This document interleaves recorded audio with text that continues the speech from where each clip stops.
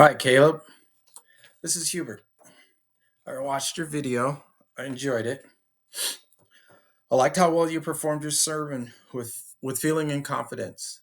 You look comfortable with your delivery of your scriptures and your points of your sermon.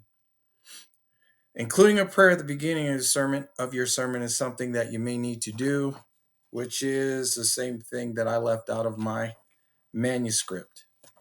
Your main idea, your main idea is well stated and it gives plenty of detail, which allows the audience to understand what they should be focusing on. I see that the key to your paragraph is the interpreting of the scriptures for your supporting points.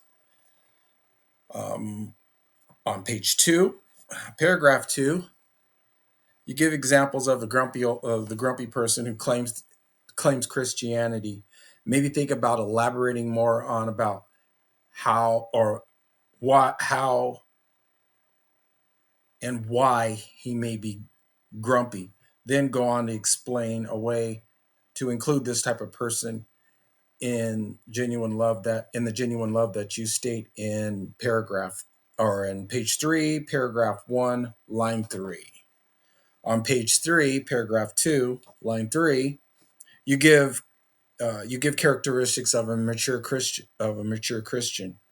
Perhaps mention something about the grumpy old congregant or the grumpy congregant acting as a contradiction of mature Christianity and its um, threat to unity.